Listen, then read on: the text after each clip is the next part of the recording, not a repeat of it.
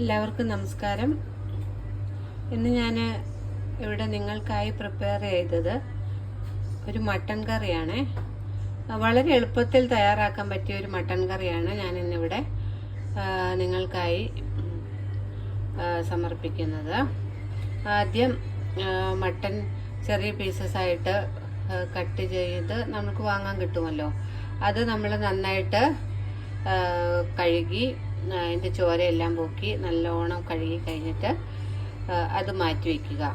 പിന്നെ അത് ഒരു ചീനച്ചട്ടി എടുത്തിട്ട് അതിലേക്ക് കുറച്ച് ഇഞ്ചി അരിഞ്ഞത്, വെളുത്തുള്ളി അരിഞ്ഞത്, ചുവന്നുള്ളി, ചെറിയ ചുവന്നുള്ളി, പിന്നെ കുറച്ച് സവോള ചെറുതായിട്ട് അരിഞ്ഞത്, 2 പച്ചമുളക്, ഇതെല്ലാം കൂടി നന്നായിട്ട്, കറിവേപ്പില എല്ലാം കൂടി വഴറ്റുക. നന്നായിട്ട് വഴറ്റി കഴിഞ്ഞിട്ട് മട്ടൻ മസാല, കുറച്ച് മട്ടൻ മസാല ഇതിലേക്ക് ആഡ് ചെയ്യണം. കുറച്ച് മഞ്ഞൾപ്പൊടി, പിന്നെ പെരിഞ്ജീരകം, അത് വലിയ ജീരകം, അതും കൂടെ ആഡ് ചെയ്തിട്ട് നന്നായിട്ട് മിക്സ് ചെയ്ത് പച്ചമണം മാറി കഴിയുമ്പം ഈ മട്ടൻ അതിലേക്ക് ഇടുക. മട്ടൻ അതിലേക്ക് ഇട്ടിട്ട് നന്നായിട്ട് ഇളക്കിയെടുക്കുക. പിന്നെ മട്ടൻ നല്ല വേവുള്ളത് കൊണ്ട് നമ്മളൊരു കുക്കറിൽ വേവിക്കുമായിരിക്കും നല്ലത്. അപ്പം നമ്മൾ മിക്സ് ചെയ്ത് വെച്ചിരിക്കുന്ന മട്ടനും അതിൻ്റെ ഇതെല്ലാം കൂടി നമ്മളൊരു കുക്കറിലേക്ക് മാറ്റുക. എന്നിട്ട് കുറച്ച് തിളച്ച വെള്ളം, പച്ചവെള്ളം ഒഴിക്കരുത്, തിളച്ച വെള്ളം അതിലേക്ക് ചേർത്തിട്ട് മട്ടൻ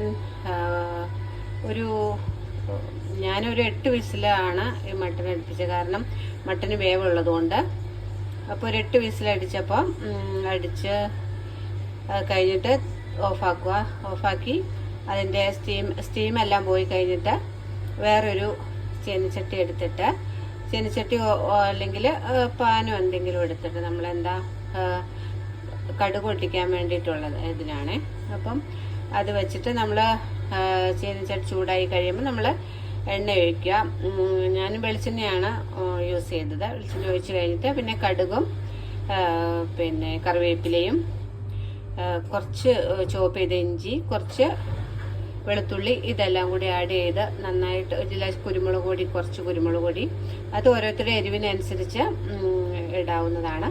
അപ്പോൾ ഇതെല്ലാം മിക്സ് ചെയ്തിട്ട് ഇത് നമ്മൾ ആ കുക്കറിൽ വേവിച്ച് വെച്ചിരിക്കുന്ന മട്ടനില്ലേ, ആ മട്ടൻ നമ്മൾ ഈ ചീനച്ചട്ടിയിലേക്ക് എടുത്തു വെച്ചിട്ട് ആവശ്യാനുസരണം അതിൻ്റെ ഗ്രേവി, നിങ്ങൾക്ക് കൂടുതൽ ഗ്രേവി വേണമെങ്കിൽ അതനുസരിച്ച് ചെയ്യാം. അല്ലെങ്കിൽ തിക്കായിട്ടിരിക്കണമെങ്കിൽ നന്നായിട്ട് വെള്ളം വറ്റിക്കുക.